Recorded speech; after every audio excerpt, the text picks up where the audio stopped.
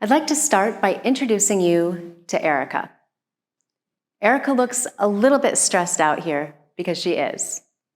It's the end of a long day, and right now she's looking at the list of pet owners she needs to call back before she can go home.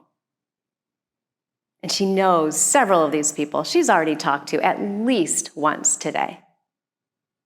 And she sighs to herself.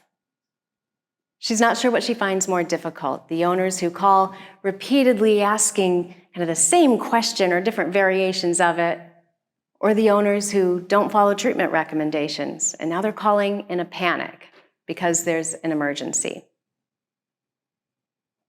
She looks up at the clock.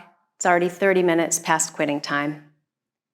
But earlier, she wasn't able to just walk away from Mrs. Kendrick, whose golden retriever, Prince, has just been diagnosed with a large cancerous mass. Erica knew that Mrs. Kendrick's husband passed away this last year, and Prince is her everything. So she sat with her a little bit longer than usual. She was pulled away from her computer by a loud voice coming from the lobby, a woman saying, "What? I can't afford this."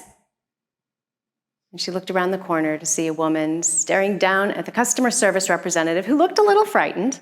And the woman was demanding to speak to a manager, saying, "I want her to come out here and tell my son to his face that his dog is going to die because you all care more about making money than saving his dog's life."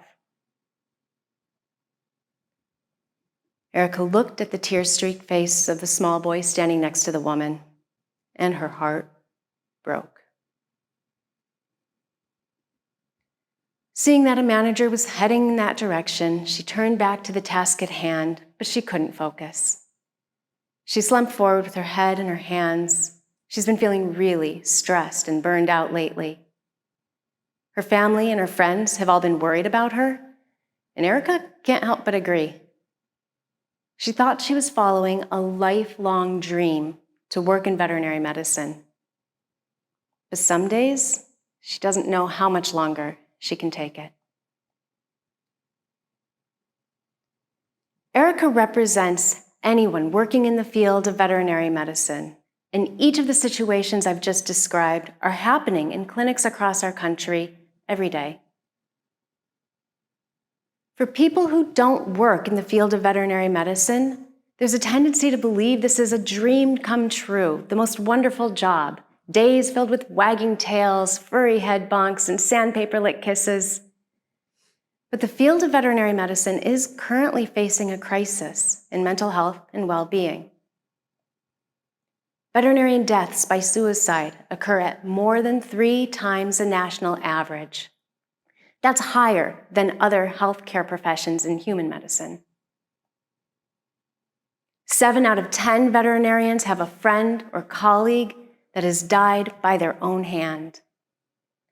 2 out of 3 report a history of depression, and 8 out of 10 describe this occupation as stressful or very stressful.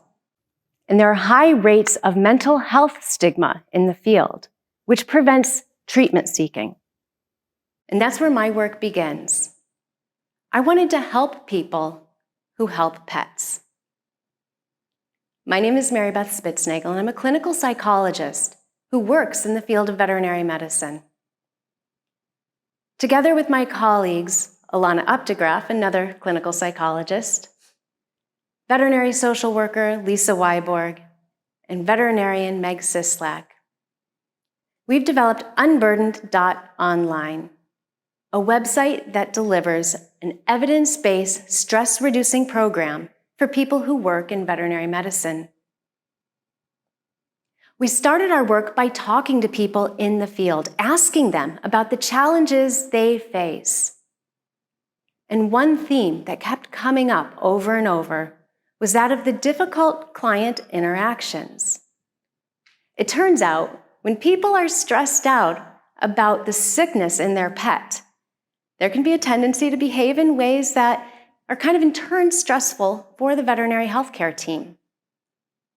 Sometimes that's just the sadness or grief that's inherent to clinic work. Sometimes it looks like hemming and hawing and indecisiveness over treatment, or not following a treatment recommendation that you know is the best opportunity for a good outcome for that animal. Sometimes it looks like lashing out in anger, acting entitled, or refusing to pay for services that have already been provided. We've come to call this burden transfer, when the burden of the pet owner transfers to the person working in veterinary medicine through these difficult interactions. But what's really interesting is it's not just about how often these difficult interactions occur. It's more about the reaction that the individual has in that situation that really predicts stress and burnout.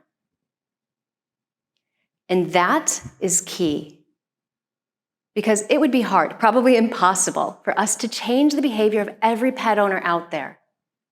But what we might be able to do is give people working in the field the tools they need to buffer themselves against some of the stress that's walking into their clinic at the other end of that leash. We created a program that uses acceptance and commitment training tailored specifically to these burden transfer moments in veterinary medicine. We're helping people in the field better identify when these situations are occurring, and we're giving them skills to deal with that and better cope with the stress. Every individual who completes our program leaves with an individualized plan to deal with the areas of burden transfer that they struggle with the most.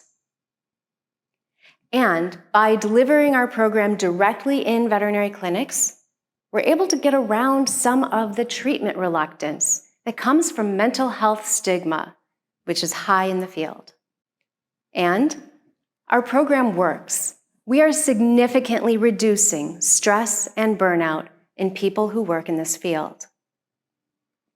The impact that we're having on people's lives is even more plain to see in the words of our own participants.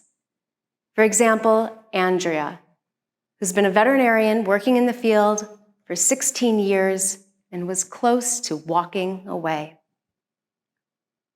She said, "At the time of the workshop, I was 100% burnt out.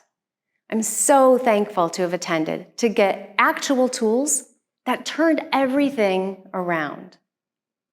I've adopted what I learned into my work life and my everyday life, and the difference has been enormous." Now, when we first started our work, we were working in small, interactive group formats. But we knew if we're going to help a lot of people, we need to change things up a little bit. So we created a self-paced version of our program that can be delivered at the click of a button. Partnering with nationwide veterinary groups, we rolled our program out and were able to demonstrate that this self-paced program works as well as the original. We're reducing stress and burnout in up to 90% of our participants. We're now working to make our program available to everybody in the field. Through our continued efforts, we are helping people who help pets. A lot of people, like Erica, have benefited from using our program, and you can too. If you are somebody who's working in the field of veterinary medicine and you want to learn how to leave some of the stress and burnout behind, click on the link at unburdened.online.